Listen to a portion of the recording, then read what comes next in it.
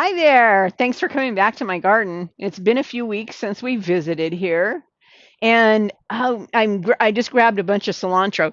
I've never liked cilantro in my life. It's always been a thing I never wanted on my food. But since I started growing it, it's so beautiful and it smells fantastic. I've got so much in my garden. It's like I get high off of all this. I've got the cilantro, I've got the rosemary, I've got lemon balm over here. I've got the basil. I've got dill, which, oh, I love dill. And I just take it and smell it. I just love it. My carrots are growing so good. And now I did take down all the vines. The watermelon, I think it was just too late in the season and they were really full of aphids. The aphids were horrible. But I've got one little bitty, I think it's a muskmelon over here. I don't think it's going to do anything, but well, it's left. But what I came out here to get today with you, I'm going to reach down here. Looky there. Woohoo! My first one. Now, I planted all of these. Now, some of the things weren't from seed. The basil was not from, or the basil and the cilantro was not from seed, but most everything here was from seed. And this was planted on September 9th. So we've had such a fantastic fall, which we don't usually. We have summer, and then we have 2 weeks of 80 degrees, and then we have winter. And it happens the same way when it's going from winter to summer. But this year we've had such a great fall that everything's going so well. Anyway, I'm very excited about my zucchini.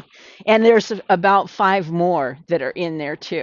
And then these tomatoes are fabulous. They're too close together, I know. I got this big tomato bush, but they love it this time of year. I mean, they're loving it.